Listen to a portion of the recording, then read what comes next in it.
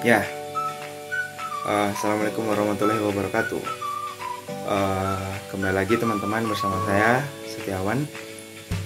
Nah, pada kali ini saya akan membahas tentang metode transportasi. Seperti apa metode transportasi? Oke, kita langsung saja ke kertas ya. Nah, ini dia metode transportasi. Tapi masih dalam bentuk tulisan. Oke, jadi metode transportasi ialah suatu metode yang digunakan untuk mengatur distribusi dari sumber-sumber yang menyediakan produk-produk yang sama di tempat-tempat yang membutuhkan secara optimal. Maksudnya gimana? Jadi gini teman-teman. Alokasi produk ini harus diatur sedemikian rupa karena terdapat perbedaan biaya transportasi itu dari alokasi dari suatu sumber ke beberapa destinasi, ya kan, destinasi itu tujuan yang berbeda-beda, dan dari beberapa sumber ke suatu tujuan juga berbeda-beda, seperti itu. Nah, ada 3 macam nih metode dalam metode transportasi. Yang pertama ada metode stepping stone, yang kedua ada metode modified distribution, nah yang ketiga ada metode FAM, yaitu Vogel's approximation method. Nah, yang akan kita bahas kali ini adalah metode FAM yang dipelajari di mata kuliah sistem pengambilan keputusan. Dari 3 metode dalam metode transportasi ini, yang paling mudah ialah metode FAM. Oke, seperti apakah metode FAM itu? Singkatnya adalah metode FAM itu sekali kita menentukan alokasi pada satu sel, ya, satu sel itu kotak, salah satu kotak ya yang ada pada tabel, itu yang disebut sel, maka alokasi tersebut tidak berubah lagi. Nah, masih bingung kan karena belum tahu bagaimana penampakan metode FAM itu. Oke. Nah, saya udah buat tabelnya. Nah, baik, inilah teman-teman penampakan metode FAM, tabel yang akan kita selesaikan dalam metode FAM. Oke, saya akan jelaskan sedikit mengenai tabel ini. Nah, di sini ada sumber pada baris pertama. Ini baris pertama sih, ya. Ini baris pertama ini adalah pabrik 1, ini pabrik 2, dan ini adalah pabrik 3. Pabrik 1 mempunyai kapasitasnya sampai 2400. Pabrik 2 sampai 4000. Nah, sedangkan pabrik 3 sampai 3600 kapasitas. Maka totalnya yaitu 10.000 kapasitas, 10.000 ton per minggu. Oke. Nah, ini adalah destinasinya A1, A2, dan A3 dan A4. Anggap saja ini adalah gudang. Kenapa kita berbicara gudang? Ini tadi kan pabrik. Anggap saja ini pabrik dan ini gudang. Nanti akan mendistribusikan sebuah produk. Kan tadi pengertian di awalnya seperti itu. Oke, A1 itu permintaannya sampai 2300. A2 itu sampai 3400. A3 itu sampai 2500. Dan A4 sampai 1800. Itu permintaannya. Jadi totalnya sama ini teman-teman, sampai 10.000 gitu. Oke, bagaimana cara menyelesaikannya ini? Bagaimana supaya kita dapat cost-nya, dapat biayanya. Tapi di sini kita menggunakan dolar. Kenapa menggunakan dolar? Ya, soalnya sudah seperti itu. Tidak apa-apa, yang penting kita bisa mencari cost-nya gitu. Oke. Cara pertamanya yaitu kita akan mencari selisih nih. Mencari selisih paling kecil di antara kos-kos yang ada di dalam tabel ini. Oke. Pertama kita cari selisih paling kecil dulu nih. Dari baris pertama ya, P1, punyanya P1. Oke, kita dapat yang paling kecil berapa nih teman-teman? 6 dan 5 ya. Jadi kita kurangin, kita akan mencari selisih. Berarti 6 kurang 5 sama dengan 1. Oke, kita dapat 1. Lanjut ke P2 ya. Di baris P2 ini kita lihat mana yang paling kecil kosnya nih. Ada 3 dan 2. Oke, jadi kita kurangin 3 kurang 2 sama dengan 1. Oke, lanjut ke bawah lagi. Yang paling kecil mana nih? 7 sama 4. Oke, hasilnya jadi 7 kurang 4 sama dengan 3. Oke. Nah, yang baris sudah selesai nih. Sekarang kita cari selisih dari kolom. Dari 4 kolom yang ada. A1, A2, A3, dan A4. Oke, kita mulai dari A4 aja deh. Oke, kita dapat nih 6 sama 3 yang paling kecil ya. Di 6 ya. Sorry. Sini aja nih. 6 kurang 3 sama dengan 3 kan? Oke, lanjut. Ini kita dapat lagi nih. Mana yang paling kecil? 5 dan 4. Betul sekali. Kita cari selisih lagi. Kurangin lagi. 5 kurang 4 sama dengan 1. Oke. Ini 1 ya teman-teman ya. 1. Iya, mantap. Oke, sekarang A2. Kita cari A2 yang paling kecil mana nih? Yaitu 7 dan 2. Oke, 7 kurang 2 sama dengan 5. Oke, lanjut. Di A1 mana yang paling kecil nih? 9 dan 5. Kita kurangin lagi. 9 kurang 5 sama dengan 4. Oke, kita udah dapat nih selisih-selisihnya. Ketika kita dapat selisih-selisihnya dari hasil pengurangan kos terkecil di dalam tabel ini, selanjutnya apa? Selanjutnya kita akan mencari selisih terbesar dari mereka ini nih. Tuh 2, 3, 4, 5, 6, 7. Kira-kira mana yang paling besar? Iya, 5. Oke. Kita dapat 5. 5 terdapat di kolom A2. Betul sekali. Nah, kalau kita udah dapat selisih terbesar terdapat di mana, maka kita lihat atasnya nih teman-teman. Kita lihat lagi ke atas. Oke. Kita cari yang kos terkecil lagi. Mana kos terkecil di antara kolom A2 ini? Kita dapat yaitu 2. Baik, kita dapat 2. Aturan FAM memang sudah seperti itu. Kita lihat. Nah, di sini ada 3.400 permintaan dari kolom A2.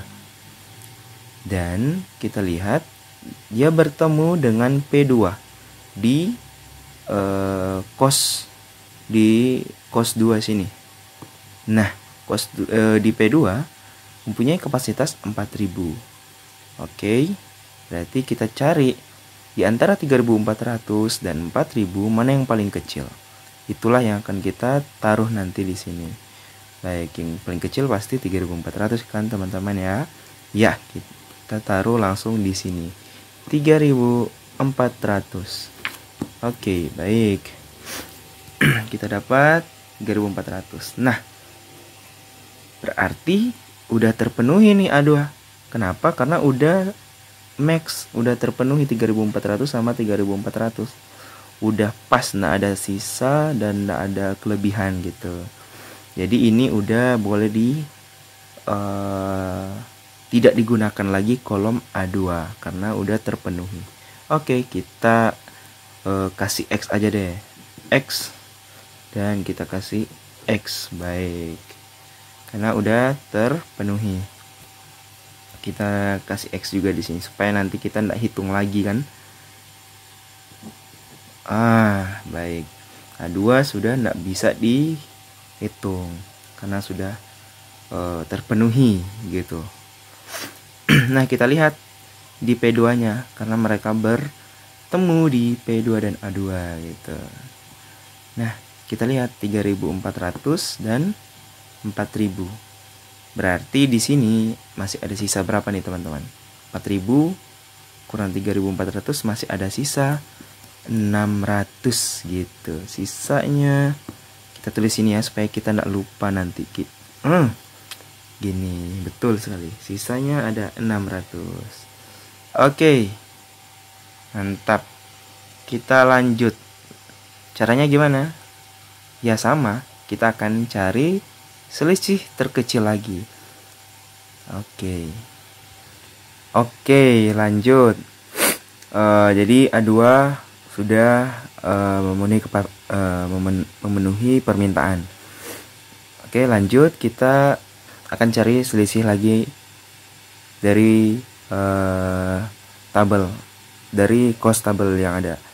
Oke, ini masih sama 6 kurang 5 1 ya. Ini kita langsung tulis saja ya, karena sudah ada sebelumnya caranya. 6 kurang 5 1. Lanjut, kita dapat mana yang paling kecil. Ya, ini 5 sama 3. 5 kurang 3 ya 2. Lanjut, di P3 kita dapat yang paling kecil yaitu 7 dan 4. Hasilnya yaitu 3. Oke, sekarang kolom. Kita lihat mana yang paling kecil, 6 dan 3. Kita taruh aja langsung di bawah ya. 6 kurang 3 berarti 3 ya. Oke, selanjutnya masih sama. Ya, 3 kita lihat mana yang paling kecil, 5 dan 4. 5 kurang 4 1. Oke. Lanjut, di A2 sudah tidak bisa ya teman-teman, karena sudah memenuhi permintaan. Selanjutnya A1, kita lihat mana yang paling kecil. Ya, 9 dan 5. Hasilnya yaitu 4. Oke, kita lihat mana yang paling besar selisihnya dari hasil penalti tadi. Kita dapat yaitu 4. Oke, kita dapat 4. Ya, di kolom A1, di gudang A1. Kita lihat mana cost yang paling terkecil, yaitu di sel $5 sini. 5 yang paling kecil di antara 10 dan 9. Bertemu di P2 dan A1. Kita lihat teman-teman. Sini. Di P2 tadi masih ada sisa 600 kan?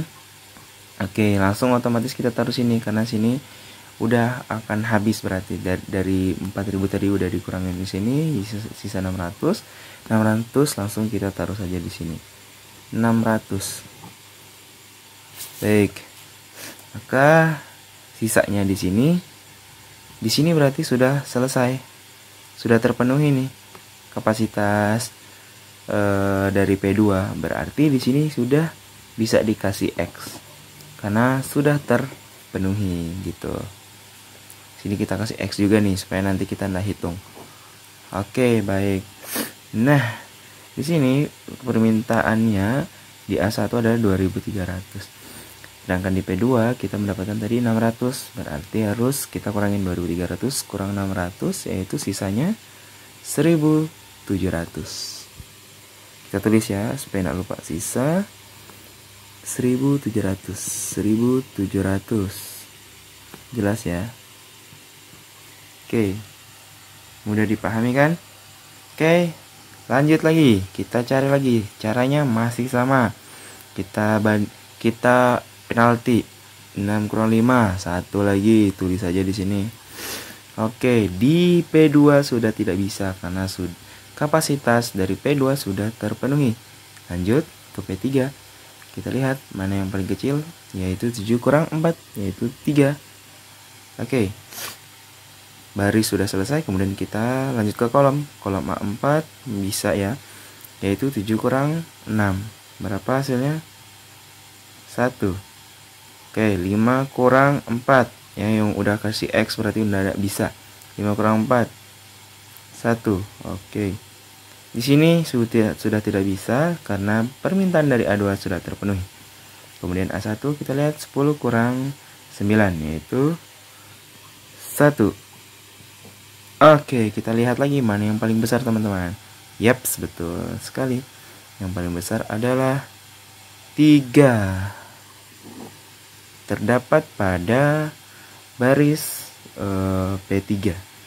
Oke, kita lihat mana yang paling kecil di sini nih teman-teman.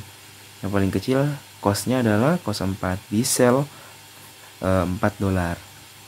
Di sel pertemuan antara P3 dan A3. Kita taruh nih. Kita lihat permintaannya 2.500 dan kapasitasnya P3 3.600. Ya, kita taruhlah yang paling kecil pastinya, yaitu 2.500. Terpenuhi enggak? Iya, terpenuhi. A3 sudah selesai, berarti terpenuhi. Permintaan dari A3 kita X saja. Oke. Di bawahnya juga kita X, nggak bisa dihitung lagi nanti berarti teman-teman. Oke, jangan lupa sisanya di sini teman-teman. Sisanya berapa nih?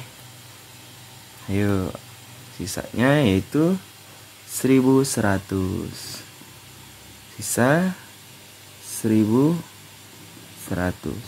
Baik. Oke. Kita lanjut karena masih ada, ya kan? Lanjut. 10 kurang 6. Mulai dari P1 dulu. 4 ya. Oke, ini sudah tidak bisa karena sudah terpenuhi P2 nya. P3 nya kita lihat 9 kurang 7 ya, 2. Oke, 2 ya. Kita lihat A4 nya nih. A4 nya 6 sama 7 sama 6 ya, 1 lagi dapat. Oke, A3 nya sudah tidak boleh ya, permintaan sudah terpenuhi. A2 nya kita lihat sudah terpenuhi juga. A1 kita lihat, A1 10 kurang 9, 1. Langsung aja kita taruh nih. Oke, kita lihat mana yang paling besar, yaitu baris P1, yaitu 4 ya teman-teman ya. Oke, kita lihat lagi mana kos paling terkecil, yaitu $6 pada pertemuan P1, baris P1 dan kolom A4. Kita langsung taruh di sini. Kita lihat dulu sebelumnya, kita lihat permintaan dan kapasitas dari P1 dan permintaan dari A4. Kita lihat, kita taruh yang paling minimal yaitu 1.800. Oke, 1.800 berarti A4 terpenuhi. Kita X aja di sini dan X ini. Berarti sudah tidak bisa dihitung lagi nanti. Dan kita lihat berarti sisanya berapa? Sisa dari kapasitas P1 berarti 2.400 kurang 1.800. Sisanya 600 teman-teman. Oke. Lanjut. Kita lihat lagi. Lanjut. P1 udah enggak ada ya, 10 ya, 10 aja di sini. Enggak bisa dikurangin sama siapa-siapa lagi. Ini P2 nya sudah terpenuhi. P3 nya 9 ternyata. Karena tinggal 9 sendiri tuh. Oke. Di kolom A4 sudah terpenuhi. A3 sudah terpenuhi. A2 juga sudah terpenuhi. A1 10 kurang 9 ya, 1 lah di sini. Oke. Mantap. Sekarang kita lihat nih teman-teman. Mana yang paling besar ya? 10 lah. Yaitu pada P1. Kita lihat di sini. P1 yang kosong tinggal ini. Nah, berapakah dia? Otomatis yaitu sisa dari 600 tadi. Kita langsung tulis di sini. 600 berarti P1 terpenuhi. Oke. Nah, di paling tinggi adalah 10 kan dari hasil tadi ini, karena tinggal sendiri nih kosnya nih paling rendah 10. Oke, kita langsung taruh aja karena di sini tadi ada sisa 600, langsung otomatis kita taruh di sini. Berarti P1 terpenuhi, kita kasih X. Oke, kita lihat ke bawah. Nah, permintaannya 1.700. Berarti 1.700 dikurangin 600 berarti permintaan pada A1 di sini akan sisa 1.100 gitu teman-teman. Oke, yang terakhir nih untuk sel pertemuan antara P3A1 yang di $9. Karena ya tinggal dia yang paling besar kan, yang paling kecil maksudnya kosnya. Oke, kita lihat di sini berarti sudah pas kan ya, 1.100 sama 1.100. Baik, 1.100. 100. Nah, terpenuhi semua. Ya, kita lihat. Ini A1 juga terpenuhi ya. Nih, jadi semua baris dan kolom P1, P2, P3, A1, A2, A3, A4 semua telah terpenuhi. Kita telah menggunakan metode FAM. Nah, selanjutnya seperti apa? Selanjutnya kita akan mengalihkan angka yang ada di dalam sel-sel ini dikalikan dengan jumlah kos ini. Oke, kita lanjut teman-teman. Karena ini sudah hasil coret-coretan tadi untuk mencari hasilnya di tiap sel pada kos, pada biaya. Saya sudah siapkan tabel, yang sama ya, sudah dengan hasil pada sel-selnya. Kita buktikan apakah benar. Kita lihat kapasitas 600 tambah 1800 benar ya 2400. 600 tambah 3400 benar 4000. 1100 tambah 2500 benar ya 3600. Ini turun sama, ini sama ya. Ini juga sama. 1100 tambah 600 tambah 600 1200 ya betul ya 2300. Ini berarti sudah benar. Selanjutnya apa? Selanjutnya kita akan mengalihkan angka yang pada sel ini dengan biaya kos ini teman-teman. Kita akan mencari biaya optimal, biaya yang paling optimal menggunakan metode FAM. Itulah yang akan kita cari gitu. Ya, gimana caranya? Kita tulis di sini aja nih. 600 ya. Jadi pertama di sini dulu 600 kali 10 ya. Ini kan dolar. Enggak apa-apa. Nanti dolarnya di hasil aja. Ditambah mana kita lihat 1800 kali 6. 1800 kali 6. Tambah lagi. Mana? 600 kali 5. 600 kali 5 tambah 3400 kali 2 tambah kita lihat itu 1100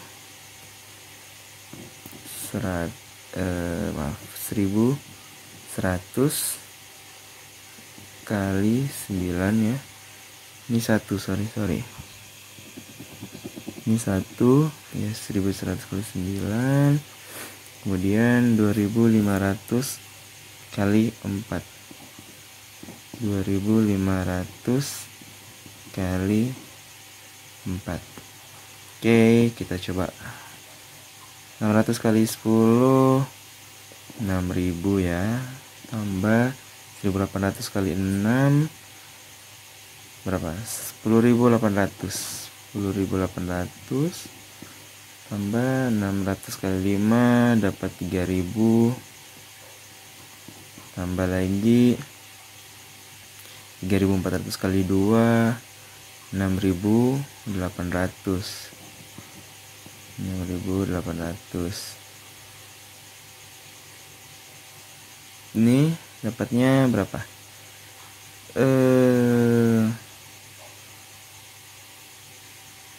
9.900 ya. Ini 2.500 kali 4 10.000.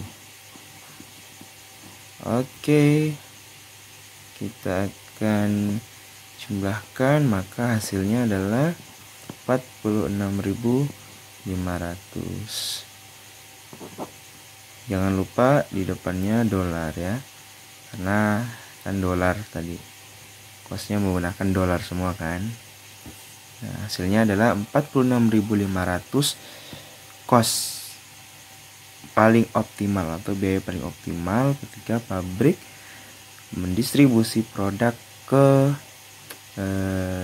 A1, A2, A3, dan 4. Inilah biaya yang paling optimal menggunakan metode FAM.